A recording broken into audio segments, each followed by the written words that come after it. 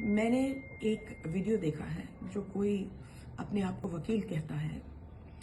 उसने ये कहा है कि जो नया कानून निकला है उसमें 291 सेक्शन में ये है कि अगर आप किसी भी कुत्ते को कंबल दो या खिलाओ तो आप उसके मालिक हो गए, और फिर उसके बाद अगर कुत्ते ने किसी को काटा या किसी के पीछे भागा या कुछ भी उसकी वजह से चोट आई तो आपको जेल में डाला जा सकता है और आपको फाइन देना पड़ेगा।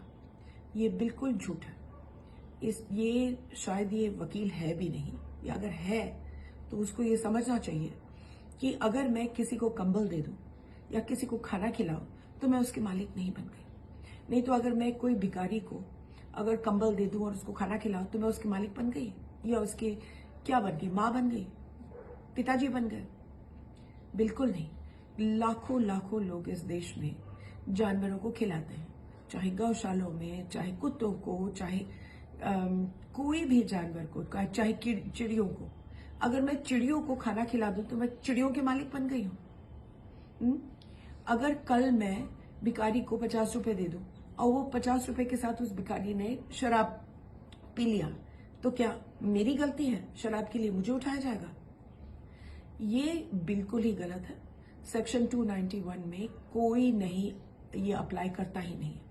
वो बहुत क्लियर सेक्शन है। वो कहता है कि अगर आप मालिक हो उस कुत्ते के, वो कुत्ता आपके घर में रहता है, आपने उसको खरीदा है या अपनाया है, अपने घर में रखते हैं, उसको लीश बांधते हैं, सब लोगों को मालूम है कि आपके पास कागज है उस कुत्ते के, और अगर उस कुत्ते ने किसी को काटा या दूसरे कुत्ते को तंग किया या कुछ ऐसे किया जिससे चोट पहुंचाए, तब जाकर के ये कानून आपके ऊपर लागू होता है।